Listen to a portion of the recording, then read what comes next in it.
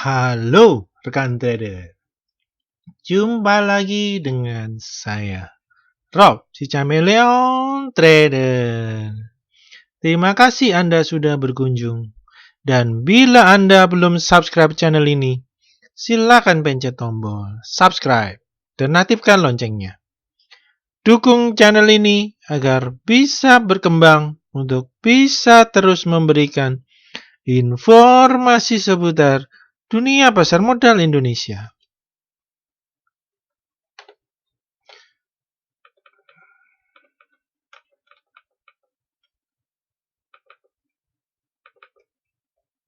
Untuk pertama-tama dalam video kali ini kita akan melihat bagaimana pergerakan indeks IHSG pada tanggal 29 Mei ya.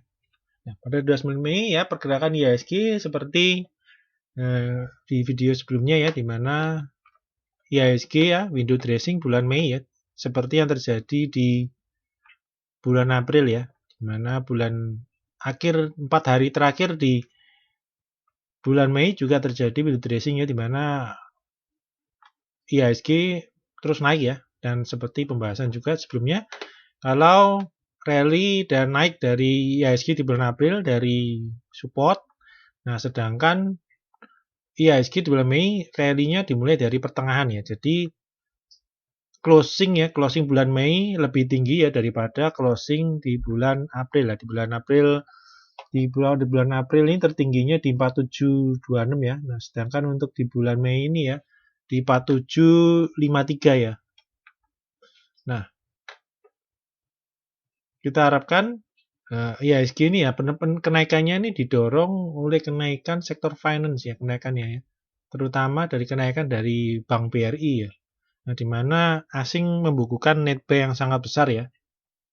Dan hal ini mendorong dari IHSG untuk terus melaju. Nah, untuk target kedepannya ya, untuk minggu ini bila situasi tetap kondusif ya, ada potensi ya untuk IHSG ya untuk terus naik ya menuju ke resisten di 4937.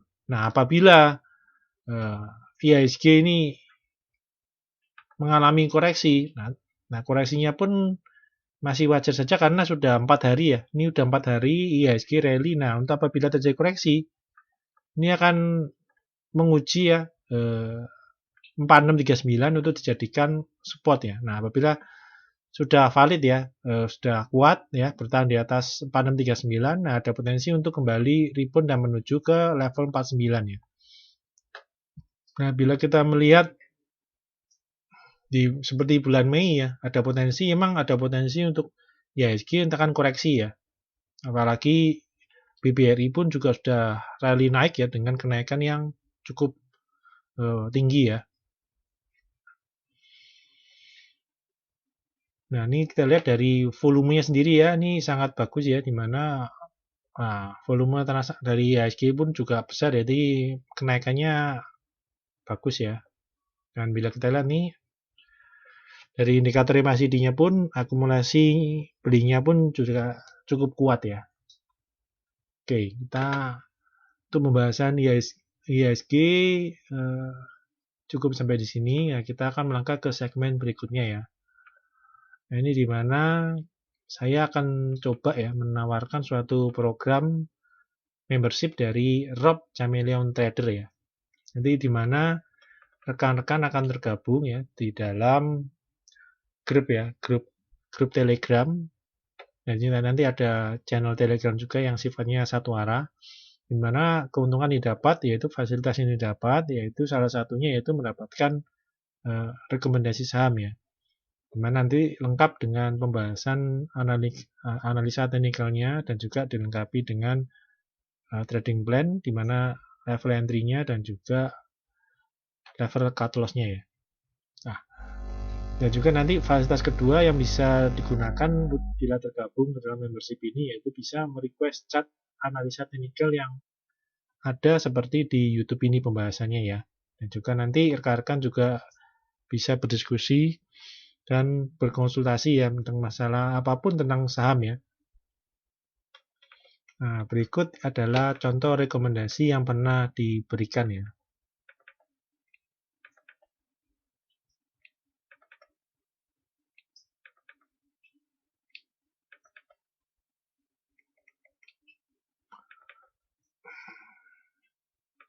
Nah, bila rekan-rekan tertarik ya dengan layanan di atas, bisa telepon atau WhatsApp ke 0838 960 21213.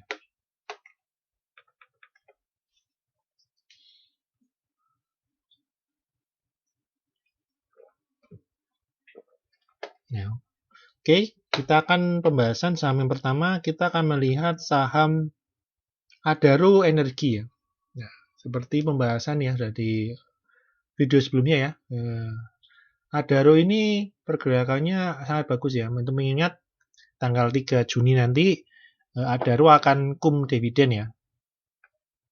Maka hal ini bisa mendorong penguatan dari Adaro. Kita lihat ya, volumenya 2 hari terakhir, perdagangan terakhir sangat besar ya. Dan Adaro ini ya, seperti video sebelumnya ini sudah break ya. Berhasil break dari resisten 1030. Nah, akhirnya terbang ya. Nah, ditutup di 1100 walaupun agak curang karena menggunakan post trading ya. Nah, biasanya kalau post trading ini biasanya ada besok ada kemungkinan untuk opennya di gap down dulu ya. Nah, dan mengingat adanya sentimen dividen ada kemungkinan akan bisa naik lagi ya. Nah, namun ini juga akan kita perhatikan faktor dari Dow Jones juga ya. Karena lagi ada peristiwa khusus, ada demo ya. Nah, kita kembali ke Adaro. Nah, ini Adaro trennya ya ke depan ini apabila bisa bertahan di atas 1060, ini arahnya masih cenderung menuju ke resisten ya. Nah, resistennya di 1150 ya. Dan ini pun bisa di-extend apabila kondisinya masih kondusif ya. Ini halnya bisa di-extend sampai kenaikannya bisa ke 1200. Nah, ini. Jadi areanya jadi 1150 ya sampai 1200 ya. Ini dengan syarat Adaro ya bisa close tetap bertahan dalam tanggal 2. Nah, bertahan di atas 1060. Nah, ini ada potensi besar Adaro untuk lanjut naik ya ke area resisten berikutnya di 1150 sampai 1200. Nah, ini bila kita lihat dari indikator MACD-nya pun juga sangat bagus ya Mas Ian ya. Bila kita lihat nih 2 hari terakhir ini akumulasi belinya sangat kuat ya apabila apalagi kenaikan 2 hari ini ya diiringi dengan volume yang sangat besar ya.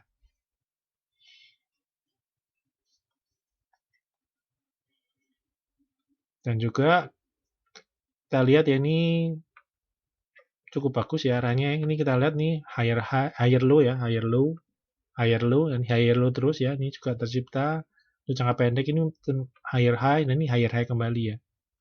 Jadi tren dari Adaro ini masih cukup sehat ya. Dan kita akan tunggu besok ya apakah Adaro bisa menuju resisten 1150 sampai 1200. Oke, saham berikutnya. Oh ya, ini untuk Adaro ya.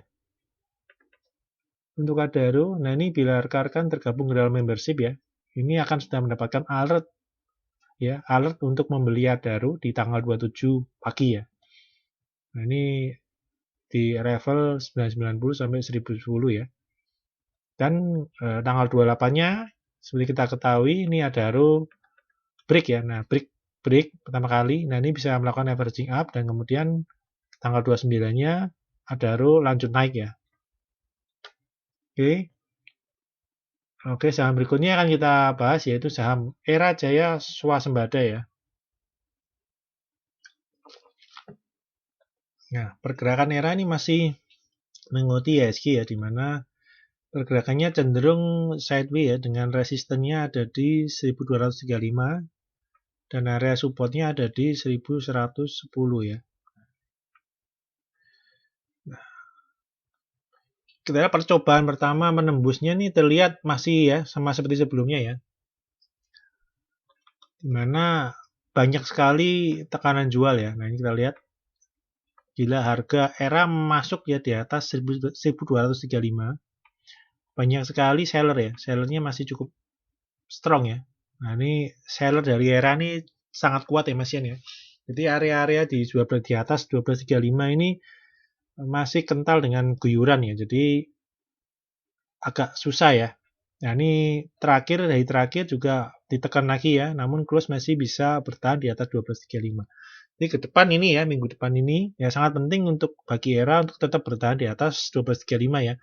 Nah, apabila bisa tetap mempertahankan close di atas 12.35, peluang ERA untuk naik ada potensi untuk naik ke resisten berikutnya di 1420 ya.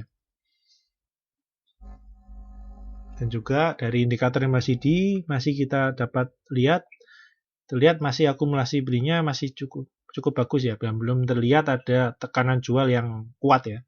Jadi ERA masih potensi ya untuk naik ya menuju ke resisten 1420.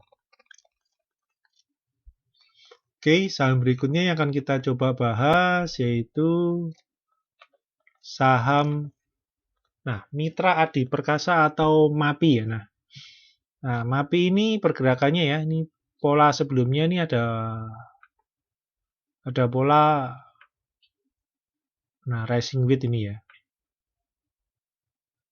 Dan ini sudah break ya, keluar namun berhasil mantul di area support ya. Nah, di supportnya ada di 675 ya. Nah, ini mantul ya. Nah, tanggal 27 ini mantul ya. Mantul dan dia berhasil naik lagi ya di atas 735, namun dari terakhir masih ditekan ya. Nah, volume juga tinggi. Nah, ini untuk rekan-rekan yang masih memiliki MAPI, nah ini harus diperhatikan untuk supportnya ya. Jangan sampai dia nembus di bawah lagi karena cukup bahaya karena pola sebelumnya ada rising width. Nah, rising width ini cukup bahaya ya apabila menembus dari area support 675 ini. Nah, bila kita lihat nih untuk indikator MACD-nya terlihat ada potensi slip ya. Nih, sempat breakdown, nah kemudian berbalik ya, mantul. Nah, dan juga akumulasinya masih terlihat masih kecil ya nih. Nah, ini agak riskan ya. Apabila nanti dia malah bergerak turun di bawah 675 akan sangat bahaya. Nah, ini idealnya ya. Untuk MAPI minggu depan ya, untuk besok ini harus close di atas 735 kembali ya. Jadi harga akan lebih cenderung untuk naik menuju ke resisten 800. Oke, saham berikutnya yang akan kita coba bahas yaitu saham SSIA ya. Nah, ini termasuk bagus ya, ini setelah dividen, ex-dividen malah naik ya. Karena kita lihat ini SSIA membuat base ya setelah dia turun ya. Selama sekali ya, ini lihat Anda sudah mengumpulkan barang dari di SSIA. Nah, ini udah saatnya berangkat ya nih. Hari ini ya naik 6% ya, ditutup pas di resistennya ya di 312. Nah, chance-nya untuk SSIA ya. Apabila besok ya walaupun dia besok koreksi, namun kalau apabila tetap berada di atas 300, ini masih ada potensi itu tetap naik ya menuju ke resisten berikutnya di 332. Nah, ini bisa kita perhatikan. Nah, volumenya sangat besar ya. Nah, ini sangat bagus ya. Nah, kita lihat ya dari indikator MACD-nya. Nah, ini cukup bagus ya karena tidak terlihat adanya distribusi jual yang kuat, malah ada akumulasi beli yang kuat ya. Harganya mendatar, harganya sideways, range-nya makin menyempit dan akhirnya 2 hari ini meledak ya. Nah, hari ini meledak ya. Tanggal 29 akhirnya dia meledak naik ya. Nah, potensinya tetap menuju ke resisten 332 berikutnya ya. Oke, saham berikutnya kita akan coba bahas saham Bank Mandiri ya. Bank Mandiri bila kita lihat pergerakannya mengikuti ya, ini Bank Mandiri hampir sama dengan Bank BRI ya. Nah, apabila Bank BRI itu resistennya untuk mediumnya di 2.900 ya, dimana kemarin pun sudah di break ya oleh BRI ya. Di Mandiri ada di 4.480 ya. Nah, bagaimana ke Bank Mandiri ya? Apabila besok dia berhasil close tembus ya dari resisten 4480 ini. Jadi 4480 ini cukup susah ya, karena sebelumnya berkali-kali dicoba dan gagal ya. Ini sudah sebelumnya 3 kali percobaan, 3 kali, ini adalah kali keempat ya. Nah, apabila besok berhasil ditembus, ada chance untuk BRI lanjut ya, menguat menuju ke 4940 ya. Nah, kalau di BRI ini adalah di level resisten berikutnya ada di 3230. Nah, kalau di Bank Mandiri ada di 4940. Nah, sama ya dengan BRI, ini volumenya pun juga bagus ya, naik diiringi dengan volume yang besar ya. Dan juga dari indikator MACD-nya pun terlihat adanya akumulasi beli yang kuat. Nah, ini bila kita tarik ya, ini ada garisnya, bila kita tarik. Nah, di sini BRI sudah keluar ya dari downtrend-nya ya. Ini dia berhasil keluar ya dari downtrend-nya ya.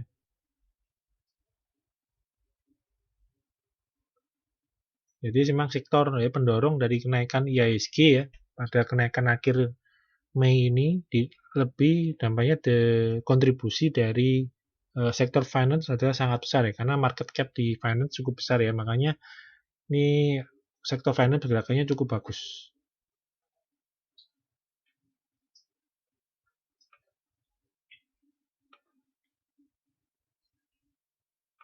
Nah, saham bank lainnya yang kita akan coba lihat ya untuk video kali ini adalah saham Bank BNI ya. Nah, kalau Bank BNI pergerakannya agak sedikit tertinggal ya.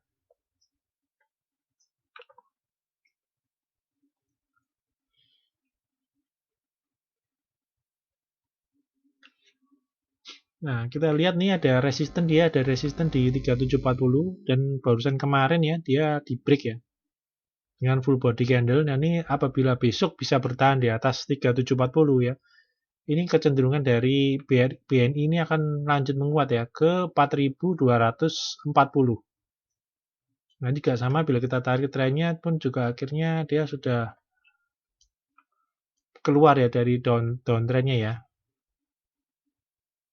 Ya, hari ini dia berhasil keluar ya. Setelah kemarin mencoba gagal dan hari terakhir 29 dicoba akhirnya dia keluar.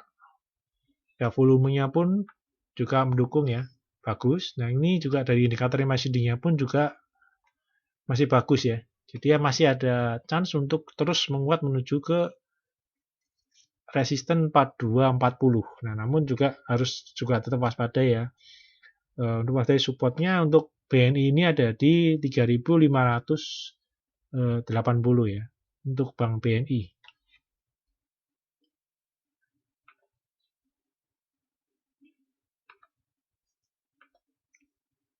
Oke, saham berikutnya kita akan lihat, nah nih, Bank Tabungan Pensiunan Nasional Syariah atau BTPS. Nah, BTPS juga sama ya, naik tinggi ya.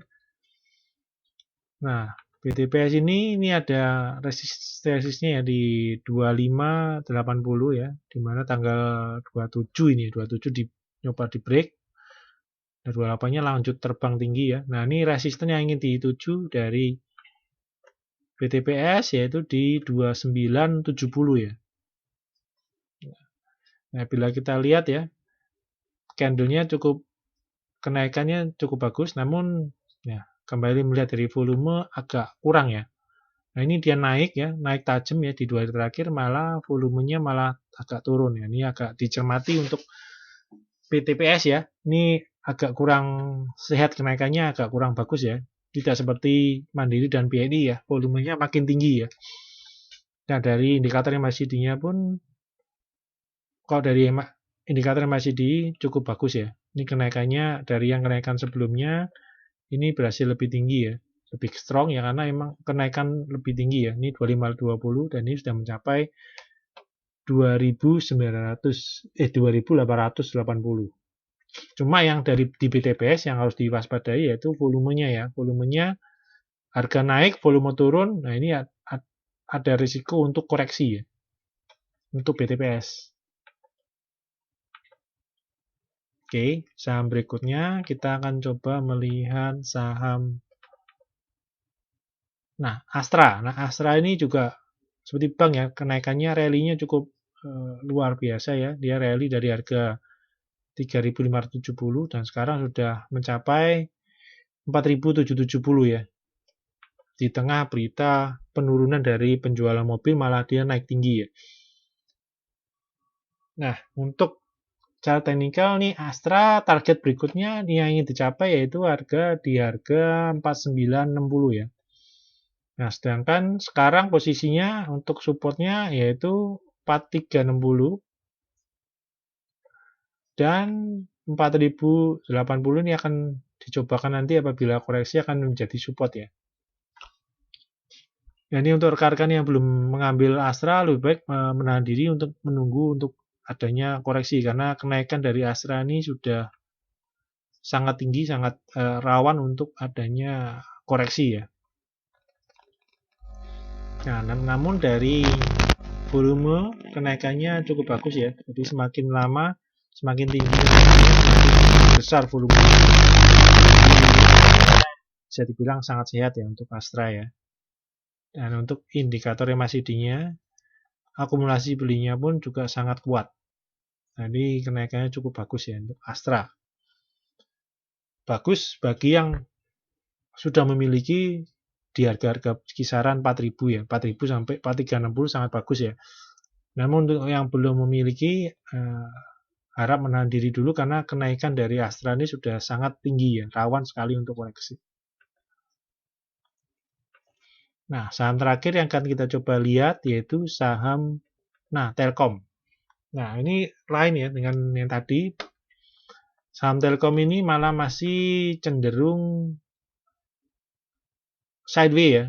Nah, sideways-nya dengan resisten di 3270 sampai dengan 3040. Nah, dan membentuk lower high ya. Nah, ini cukup berbahaya apabila nanti dia akan lebih rendah dari 3040. Ini cukup berbahaya karena dengan adanya dibukanya new normal di mana orang-orang sudah diperbolehkan untuk keluar, ini akan mengurangi intensitas pemakaian dari jaringan telekomunikasi ya, baik untuk internet ataupun jaringan untuk telepon ya. Ini akan sentimennya malah berbalik arah bila kembali ke sektor telekomunikasi ya. Jadi untuk diwaspadai apabila rekan-rekan ingin melakukan buy minus, baiknya membeli di kisaran dekat dengan support ya 3040 dengan target pertama ini di resisten 3270. Oke, untuk pembahasan video kali ini cukup sekian ya. Semoga bermanfaat buat rekan-rekan dalam membantu mengambil keputusan beli atau jual. Terima kasih.